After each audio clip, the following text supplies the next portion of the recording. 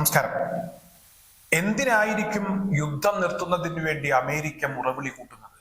ഹിസ്ബുള്ളയും ഇസ്രായേലും തമ്മിൽ ഒരു യുദ്ധം ഉണ്ടായിക്കൂടാ, അതുപോലെ തന്നെ ഹമാസ് വെടിനിർത്തണം, ബന്ദികളെ മോചിപ്പിക്കണം, ഇസ്രായേലും ഹമാസും തമ്മിൽ പ്രശ്നങ്ങളില്ലാതെ മുന്നോട്ട് പോകണം. ഇതിപ്പോൾ അമേരിക്കയുടെ ഒരു ആവശ്യമായി മാറിയിരിക്കുകയാണ്. ഒരു സമയത്ത് ഇസ്രായേലിന് 27,000-ഓളം വരുന്ന ബോംബുകളും മിസൈലുകളുമാണ് ഫലസ്തീനികളെ കൊല്ലുന്നതിന് വേണ്ടി അമേരിക്ക സമ്മാനിച്ചത്. ആ അമേരിക്കയാണ് UN-ൽ പ്രമേയം കൊണ്ടുവരുന്നത്. ആ അമേരിക്കയാണ് ഹമാസ് വെടിനിർത്തലുമായി ബന്ധപ്പെട്ടുള്ള ചർച്ചകളിൽ സഹകരിക്കുന്നില്ല എന്ന് പറഞ്ഞ് പരിഭവം പറയുന്നത്. അതുപോലെ തന്നെ ഹിസ്ബുള്ളയെ ആക്രമിക്കാൻ പോകരുത് എന്ന് ഇസ്രായേലിനോട് തുടർച്ചയായി പറഞ്ഞുകൊണ്ടിരിക്കുന്നത് അമേരിക്കയാണ്. എന്താണ് അമേരിക്കക്ക് സംഭവിച്ചത്? അമേരിക്കയുടെ യുദ്ധക്കൊതിയൊക്കെ അവസാനിച്ചോ? അമേരിക്കയുടെ മനസ്സ് മാറിയോ? ജോ ബൈഡന്റെ മനസ്സ് മാറിയോ? ഫലസ്തീനികളെ ഇനി കൊന്നൊടുക്കില്ല എന്ന് അമേരിക്ക തീരുമാനിച്ചോ? എന്തായാലും അതിന് പിന്നിൽ മറ്റു ചില കാര്യങ്ങൾ നടന്നിട്ടുണ്ട്. ഒരു അമേരിക്കൻ എയർഫോഴ്സ് ഉദ്യോഗസ്ഥൻ തന്നെ അക്കാര്യം ഇപ്പോൾ വ്യക്തമാക്കിയിരിക്കുകയാണ്. അന്താരാഷ്ട്ര മാധ്യമങ്ങൾ അമേരിക്കൻ എയർഫോഴ്സ് ഉദ്യോഗസ്ഥൻ പറഞ്ഞ വിവരം വാർത്തയാക്കിയിരിക്കുകയാണ്. അതായത് ഇവിടെ ഇസ്രായേലിനെതിരെ ഹമാസ് ഇപ്പോഴും ശക്തമായ ആക്രമണങ്ങൾ നടത്തിക്കൊണ്ടിരിക്കുന്നുണ്ട്. ഈ ആക്രമണങ്ങളുടെ ഭാഗമായി ഹമാസ് ഉപയോഗിച്ച ആയുധങ്ങളുടെ അവശിഷ്ടങ്ങൾ പരിശോധിച്ചപ്പോൾ പല ആയുധങ്ങളും ചൈനയുടെ ആയുധങ്ങളാണെന്നാണ് ഇപ്പോൾ അമേരിക്ക കണ്ടെത്തിയിരിക്കുന്നത്. മാത്രമല്ല, ടണൽ നിർമ്മാണവുമായി ബന്ധപ്പെട്ട് ചൈനീസ് ഉദ്യോഗസ്ഥർ, എഞ്ചിനീയർമാർ ഇവിടെ ഹമാസിനെ സഹായിച്ചിട്ടുണ്ട്. ഹമാസിനെ ചൈന എല്ലാ സമയങ്ങളിലും സഹായിച്ചുകൊണ്ടിരിക്കുന്നു. ചൈനയുടെ പിന്തുണയോടുകൂടി, സഹായത്തോടു കൂടിയാണ് ടണൽ നിർമ്മാണം നടത്തിയിരിക്കുന്നത്. മാത്രമല്ല, ഇപ്പോൾ ഇസ്രായേലിനെ ആക്രമിക്കാൻ ചൈന ഒരു ഭാഗത്ത് ഹമാസിനെ സഹായിച്ചു കൊണ്ടിരിക്കുന്നു എന്ന വിവരം അമേരിക്ക മനസ്സിലാക്കിയിരിക്കുന്നു. ഇതിന്റെ ഭാഗമായി തന്നെയാണ് ഇപ്പോൾ അമേരിക്ക വെടിനിർത്തണം, യുദ്ധം അവസാനിപ്പിക്കണം എന്ന് പറഞ്ഞ് ഹമാസിനെയും അതുപോലെ തന്നെ ഹിസ്ബുള്ളയെയും ഒക്കെ ചർച്ചയ്ക്ക് വിളിച്ചുകൊണ്ടിരിക്കുന്നത്. ജോ ബൈഡൻ നേരിട്ട് രഹസ്യ സന്ദേശങ്ങൾ അയച്ചുകൊണ്ടിരിക്കുന്നത്. കാരണം ലോകത്ത് അമേരിക്കക്ക് ഏറ്റവും കൂടുതൽ പേടിയുള്ളത് ചൈനയെ മാത്രമാണ്. ഉത്തര കൊറിയയും അതുപോലെ തന്നെ റഷ്യയെയും ഒക്കെ അമേരിക്ക ഭയപ്പെടുന്നുണ്ടെങ്കിലും ചൈനയുമായി ഒരു സമയത്തും അമേരിക്ക മുട്ടാൻ താല്പര്യപ്പെടുന്നില്ല. കാരണം ചൈന ഇവിടെ അമേരിക്കയെ മറികടക്കുന്നതിന് വേണ്ടി എല്ലാ നിലക്കുമുള്ള നീക്കങ്ങൾ നടത്തിക്കൊണ്ടിരിക്കുന്ന ഒരു രാജ്യമാണ്.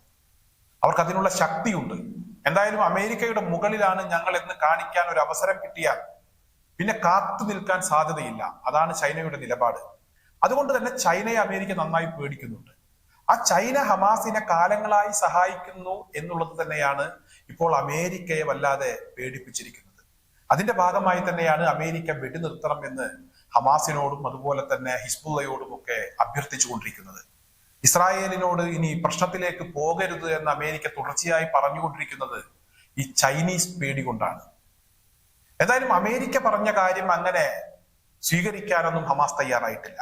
ഒരു കാലത്തും അമേരിക്ക പറയുന്ന കാര്യങ്ങൾ വിശ്വസിക്കാൻ കൊള്ളില്ല. അവരുടെ ഉദ്ദേശം മറ്റു ചിലതാണ് എന്ന് ഹമാസിനറിയാം.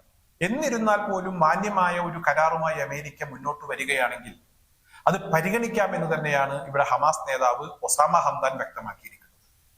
ഇത്തരത്തിലുള്ള ചർച്ചകളും അമേരിക്കയുടെ അഭ്യർത്ഥനയും ഒക്കെ നടക്കുമ്പോൾ ഇസ്രായേൽ ഇവിടെ നാണം കെട്ടു പോകാതിരിക്കാൻ വേണ്ടി ഇപ്പോഴും ഗസയിൽ ചുറ്റിക്കറങ്ങി നടക്കുന്നുണ്ട്. അതുപോലെ തന്നെ ഹിസ്ബുള്ളയെ ആക്രമിക്കില്ല എന്ന് പറഞ്ഞ് അവിടെ കൃത്യമായ ഒരു നിലപാട് വ്യക്തമാക്കാത്ത സാഹചര്യവുമുണ്ട്. മറ്റൊരു നിലക്ക് സൗദി എംബസി പോലും ലബനനിൽ ഇനി പ്രവർത്തിക്കേണ്ട, കാരണം ഏത് നിമിഷവും യുദ്ധം പൊട്ടിപ്പുറപ്പെടാനുള്ള സാധ്യതയുണ്ട് എന്ന് സൗദി വ്യക്തമാക്കിയിട്ടുണ്ട്. എന്തായാലും ഒരു യുദ്ധം നടക്കും, നടക്കില്ല, എന്താണ് സംഭവിക്കാൻ പോകുന്നത് എന്ന് കൃത്യമായി പറയാൻ കഴിയാത്ത ഒരു സാഹചര്യമാണ്. എന്തായാലും ഇത്തരത്തിലൊരു സാഹചര്യം നിലനിൽക്കുമ്പോഴും ഹിസ്ബുള്ളയെ സംബന്ധിച്ചിടത്തോളം നിങ്ങൾ വേണമെങ്കിൽ യുദ്ധം ചെയ്യൂ, ഞങ്ങളുടെ പണി ഞങ്ങൾ കൃത്യമായി ചെയ്യുമെന്ന് പറഞ്ഞ് ഇസ്രായേലിനെ തുടർച്ചയായി ആക്രമിച്ചുകൊണ്ടിരിക്കുകയാണ്. ഹമാസ് ആകട്ടെ ഇവിടെ ഫീൽഡ് ഓപ്പറേഷൻ നടത്തുന്ന, ഫീൽഡ് വർക്ക് നടത്തിയിരുന്ന ഇസ്രായേൽ സൈനികരെ, ഒരു ട്രൂപ്പിനെ തന്നെ ലക്ഷ്യം വെച്ച് ശക്തമായ ഒരു ആക്രമണം നടത്തിയിരിക്കുന്നു. 22 പേർക്ക് ഗുരുതരമായി പരിക്കേറ്റു എന്ന് ഇസ്രായേൽ തന്നെ സമ്മതിച്ചിരിക്കുന്നു. അതേസമയം 2 സൈനികർ മരണപ്പെട്ടു എന്ന കാര്യം കൂടെ ഇസ്രായേൽ സ്ഥിരീകരിച്ചിരിക്കുകയാണ്. ടൈംസ് ഓഫ് ഇസ്രായേലാണ് ഈ വിഷയവുമായി ബന്ധപ്പെട്ടുള്ള വാർത്തകൾ പുറത്തുവിട്ടിരിക്കുന്നത്. എന്തായാലും ഇസ്രായേലിന് ഇപ്പോൾ യഥാർത്ഥത്തിൽ എന്തു ചെയ്യണമെന്നറിയാതെ അവർ വല്ലാതെ പ്രയാസപ്പെട്ടു നിൽക്കുന്ന ഒരവസ്ഥയാണ്. അമേരിക്കയാണെങ്കിൽ കൃത്യമായി ഇസ്രായേലിനെ പിന്തുണക്കുന്നില്ല. അമേരിക്കയുടെ ഒരു പച്ചക്കൊടിയോ ഒരു സമ്മതമോ കിട്ടിയാൽ ഇസ്രായേലിന് ധൈര്യമാണ്. പക്ഷേ അമേരിക്കക്ക് ഇസ്രായേലിന് ഒരു പച്ചക്കൊടി കാണിക്കാൻ കഴിയാത്ത അവസ്ഥയാണ്. അതുപോലെ തന്നെ ഇവിടെ UK അതുപോലെ തന്നെ അമേരിക്കയും ഇസ്രായേലും ഒക്കെ, അല്ലെങ്കിൽ അവരെ പിന്തുണക്കുന്ന മറ്റു ചില രാജ്യങ്ങൾ കൂടെ ഇവിടെ ഫലസ്തീനെയും അതുപോലെ തന്നെ ഹിസ്ബുള്ളയെയും ഒക്കെ ആക്രമിക്കാൻ മുതിരുമ്പോൾ ഒരു കാര്യം നമ്മൾ പ്രത്യേകം ശ്രദ്ധിക്കേണ്ടതുണ്ട്. ഹൂത്തികളുടെ ആക്രമണമാണെങ്കിലും ഹിസ്ബുള്ളയുടെ ആക്രമണമാണെങ്കിലും ഹമാസിന്റെ ആക്രമണമാണെങ്കിലും ഒരിക്കലും അവർ സിവിലിയന്മാരെ ലക്ഷ്യമിടുന്നില്ല എന്നുള്ളതാണ്. കഴിഞ്ഞ കുറച്ച് മാസങ്ങൾക്ക് മുമ്പ് അമേരിക്കയുടെ ഉടമസ്ഥതയിലുള്ള ഒരു കപ്പലിന് നേരെ ഹൂത്തികൾ ആക്രമണം നടത്തിയപ്പോൾ ആ കപ്പലിലുണ്ടായിരുന്ന ഒരാളെ പോലും അവർ ഉപദ്രവിച്ചില്ല എന്നുള്ളതാണ്. അതുപോലെ തന്നെ ഒരു കപ്പൽ ഇറാൻ പൊക്കിയെടുത്ത ഒരു സംഭവം കുറച്ച് മാസങ്ങൾക്ക് മുമ്പാണ് അത്തരത്തിലൊരു വാർത്ത വന്നത്. ആ കപ്പലിൽ ഇന്ത്യക്കാരുൾപ്പെടെ നിരവധി ജോലിക്കാരുണ്ടായിരുന്നു, ഒരാളെ പോലും ഉപദ്രവിച്ചില്ല. അതായത് ഏത് രാജ്യത്തെ പൗരനാണെങ്കിലും ശത്രു രാജ്യത്തെ പൗരനാണെങ്കിലും സാധാരണക്കാരെ ഉപദ്രവിക്കാത്ത ഒരു നിലപാട് ഇവിടെ ഇറാനാണെങ്കിലും ഹിസ്ബുള്ളയാണെങ്കിലും ഹൂത്തികളാണെങ്കിലും ആ ഒരു നിലപാടുമായാണ് അവർ മുന്നോട്ട് പോകുന്നത്. ശരിക്കും പറഞ്ഞാൽ ശത്രു രാജ്യത്തെ ഭരണാധികാരികൾ മാത്രമാണ് ഇവിടെ ഫലസ്തീനെയും ഹിസ്ബുള്ളയെയും ഒക്കെ ആക്രമിക്കാൻ തയ്യാറെടുക്കുന്നത്. അതേസമയം മാനസികമായും മറ്റെല്ലാ നിലക്കും ആ നാട്ടിലെ സാധാരണക്കാരായിട്ടുള്ള ജനങ്ങൾ ഹമാസിനെയും ഫലസ്തീനെയും ഹിസ്ബുള്ളയെയും ഒക്കെ പിന്തുണക്കുന്ന കാഴ്ചയാണ് കാണാൻ കഴിയുന്നത്. അമേരിക്കയിൽ പോലും പലതരത്തിലുള്ള പ്രക്ഷോഭ പരിപാടികൾ നടന്നു കഴിഞ്ഞു. അതുപോലെ തന്നെ ഇവിടെ യൂറോപ്യൻ രാജ്യങ്ങളിലും ഇവിടെ ഫലസ്തീനെയും ഹമാസിനെയും ഒക്കെ പിന്തുണച്ചുള്ള നിരവധി പ്രക്ഷോഭ പരിപാടികൾ നടന്നു. ഇസ്രായേലിനകത്തും ഇവിടെ വലിയ നിരവധി പ്രക്ഷോഭ പരിപാടികൾ സംഘടിപ്പിച്ചു. ഇവരൊക്കെ ഫലസ്തീനെ പിന്തുണക്കുന്ന ആളുകളാണ്, അവിടുത്തെ ഭരണാധികാരികൾക്കെതിരാണ്.